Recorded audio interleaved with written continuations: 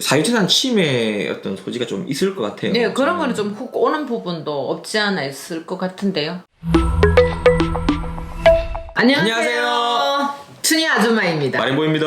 오늘 이거 안 하시네요. 12월 16일 날 정부에서 아파트 규제 정책 또 나왔습니다. 대책이 어마하게 많이 나왔는데 진짜. 다 건드렸어요. 네. 수요 억제책, 공급 확대책, 대출 규제책, 세금 정책까지 예. 아주 광범위했는데 저희 중요한 것만 한번 말씀 가지만. 한번 드려보도록 하겠습니다.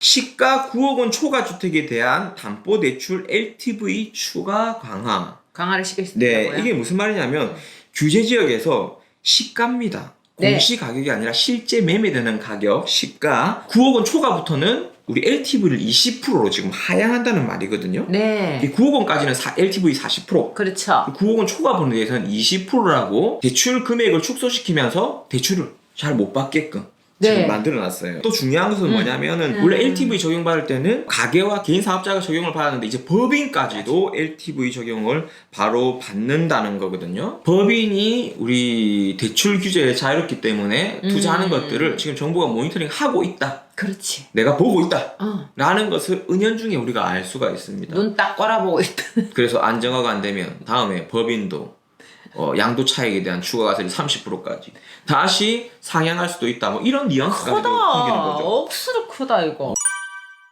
시가 초고가 아파트 시가 15억 원 초과에 대해서는 주택 구입용 주택담보대출을 원천 금지한다. 주택이 있건 없건 무조건. 15억부터는 그냥 대출하지 마 라고 하는 건데요.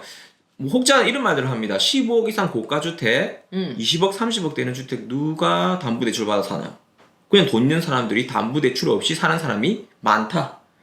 네, 실제로 강남에 가면 대출 없이 사는 분들도 많이 있겠죠. 있지만요. 있겠죠. 그런데 아파트라는 게 이래요. 9억 원짜리 아파트 팔고 12억 아파트 사고 그치. 12억 아파트 팔고 15억 사고 이렇게 순차적으로 하는데 자 예를 한번 들어볼게요. 내가 14억 원 아파트에 살고 있는데 지금 담보대출을 6억을 받아놨어요. 근데 15억 이상의 아파트로 갈아타려고 해. 네. 이제 대출이 안 돼요.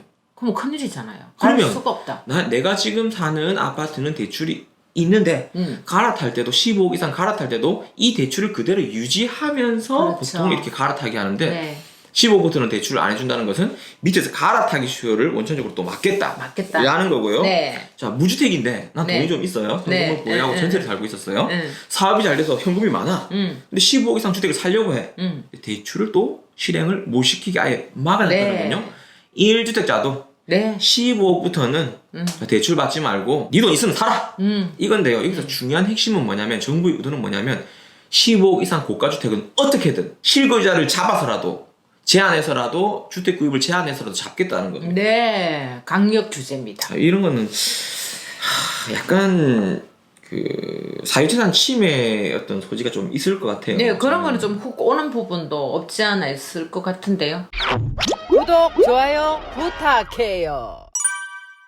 전세 대출을 이용한 갭 투자 아. 방지인데요. 그러니까 전세 대출을 받은 후 9억 초과 주택 매입 못하도록 네. 아니면 2주택이 만약에 된다. 전세자금 대출을 활용해서 주택을 두 개를 살 수 있잖아요. 사면은 전세 대출을 회수한다. 네. 그러니까 못 사게 만드는 거죠. 그렇죠. 실제로 아파트 사는 수요까지도 지금 제한을 하겠다는 건데요. 지금 공급에 대한 대책들도 내놨는데요. 공급에 대한 대책이 전부 다 예정입니다. 문구를 네. 보면 다 예정.